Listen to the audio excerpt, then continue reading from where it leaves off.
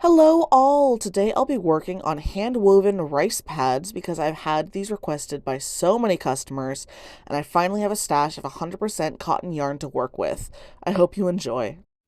My name is Took. I'm a disabled genderqueer weaver who's had life take odd turns, but who knows that even tattered and worn yarn still has value, and that tired joints and health flares don't have to stop the journey.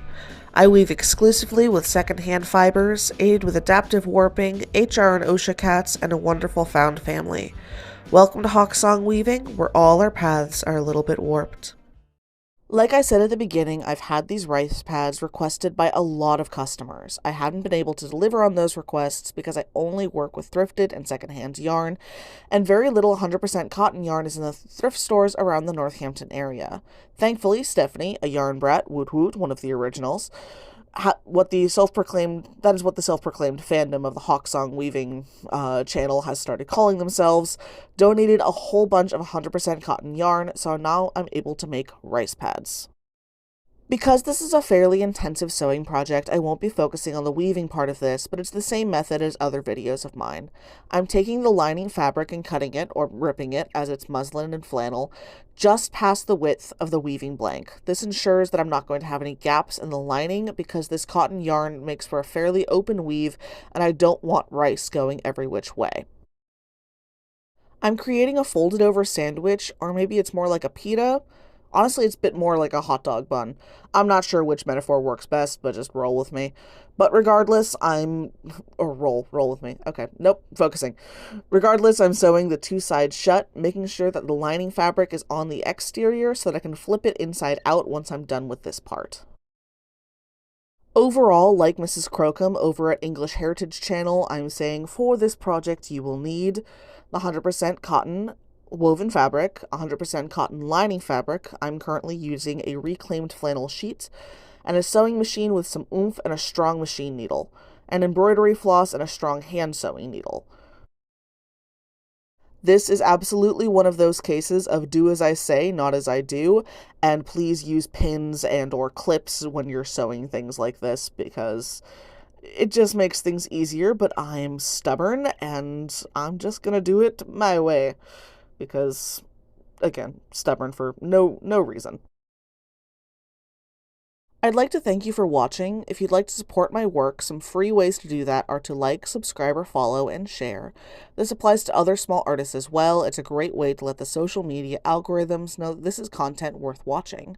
If you'd like to support me financially, there's a Buy Me a Coffee linked below, which acts as sort of a tip jar. Also, now that there's so many of you absolutely fantastic and wonderful subscribers, I've been able to link the online Hawksong Weaving shop, so feel free to check out the unique hand-woven products. This next bit is absolutely a joke, but just in case in this economy I won't say no. For $1,000 a month, you can tell me that I'm not actually disabled, I'm just lazy, and to try whatever yoga, juice cleanse, snake oil nonsense fixed your cousin. Feel free to message me and I'll get you my payment deets. I take Cash App, Venmo, PayPal, and check for this nonsense. I also absolutely accept donations of yarn and notions like buttons, thread, whatever works. I've been positively, in a wonderful way, bullied into getting a P.O Box, and the information for that is down below. All I ask is that no yarn or stuff from a smoking home or from a home with known mold, because I've got allergy issues. And also, if you're able to direct your attention and a bit of energy towards the Mill River Marginalized Artists Collective, it's a nonprofit that I helped found but had to step away from because my health wouldn't allow me to stay as involved. But it's providing a helpful service in my area to marginalized artists, so all of their information is linked down below as well. And we now have a finished tube! The tube is done! You have to say it like that, or it's not nearly as funny and you don't get the satisfaction of a verbal stem. I'm measuring the length that I want with the depth of my desk as a formatting guide. Work smarter, not harder, and this way I don't need to have another piece of equipment in the mix. Now I'm sewing two lines close to each other, but with enough distance that I'll be able to cut without risk of anything unraveling. Sort of a reverse stitch in the ditch, but cutting rather than stitching. This helps the fabric stay stabilized and prevents the unraveling. Now don't ask me how much I spent on these good shears, and cutting down the center of those two lines. The next step is to turn the tube right side out. I sometimes use a hair stick for the fiddly bits of this, but you could use a chopstick or a knitting needle or a butter knife, pretty much anything that's long and pokey but not stabby. If your weave is loose, you can poke through it, but that's okay.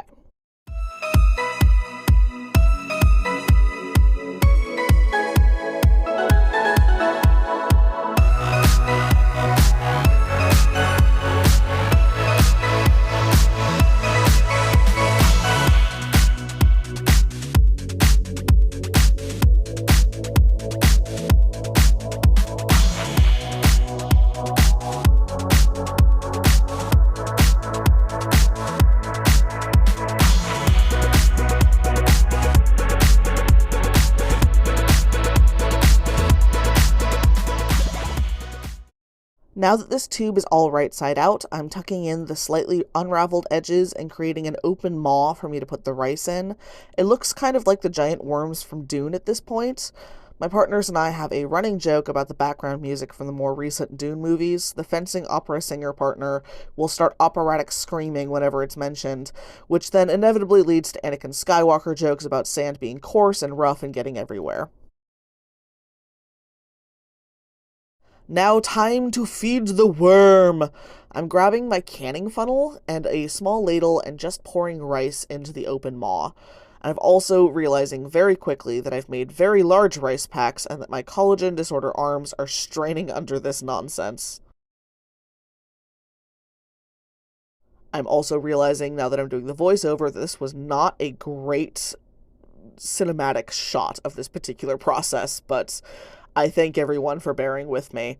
The rice I'm using I got in bulk from a local discount store. It's no longer technically food safe, but also it's rice. It can't be that bad, but it's definitely still good for microwavable rice pads.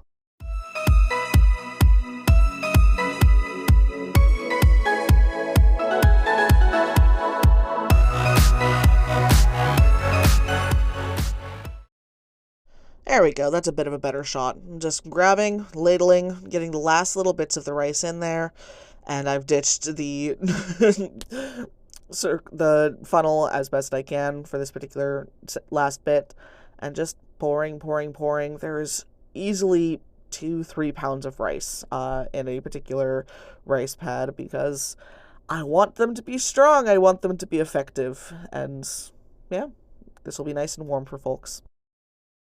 Now, this is where the embroidery floss from comes in from earlier. I use a blanket stitch now that I've gotten more practiced with it. I used to use a whip stitch because that was what was quickest and easiest for me, but a blanket stitch around the top, being careful to catch the lining fabric with the hand-woven fabric and pulling the stitches incredibly tight is a-okay for this. And I'm so pleased with how this is turning out.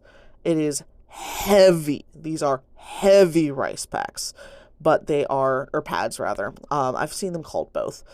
But it's just going to be phenomenal for those aching joints. And you can also put them in the freezer. So it's just, yay.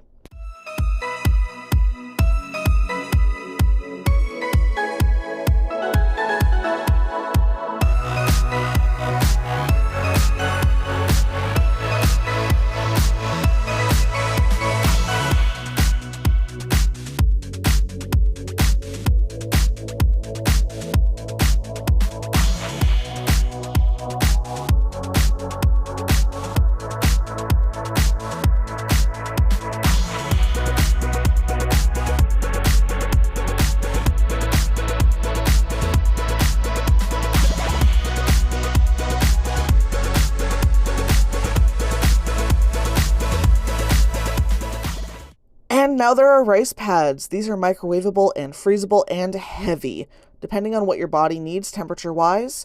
This can be a really easy project and one that can be a lot of fun to do with kids. There's no need to be extra with the hand-woven fabric. Just 100% cotton store-bought fabric would work really well, especially with the thrifted sheets. But yeah, thank you for coming along as I made this. I'm so glad for the odd turn that your path took that brought you here. Thank you for spending time with me at Hawksong Weaving, where we're all a bit warped. And I hope that you have a truly excellent week. And Penelope Calico is in the background, wondering what on earth I am doing. And just, yeah, I hope you all have a great week.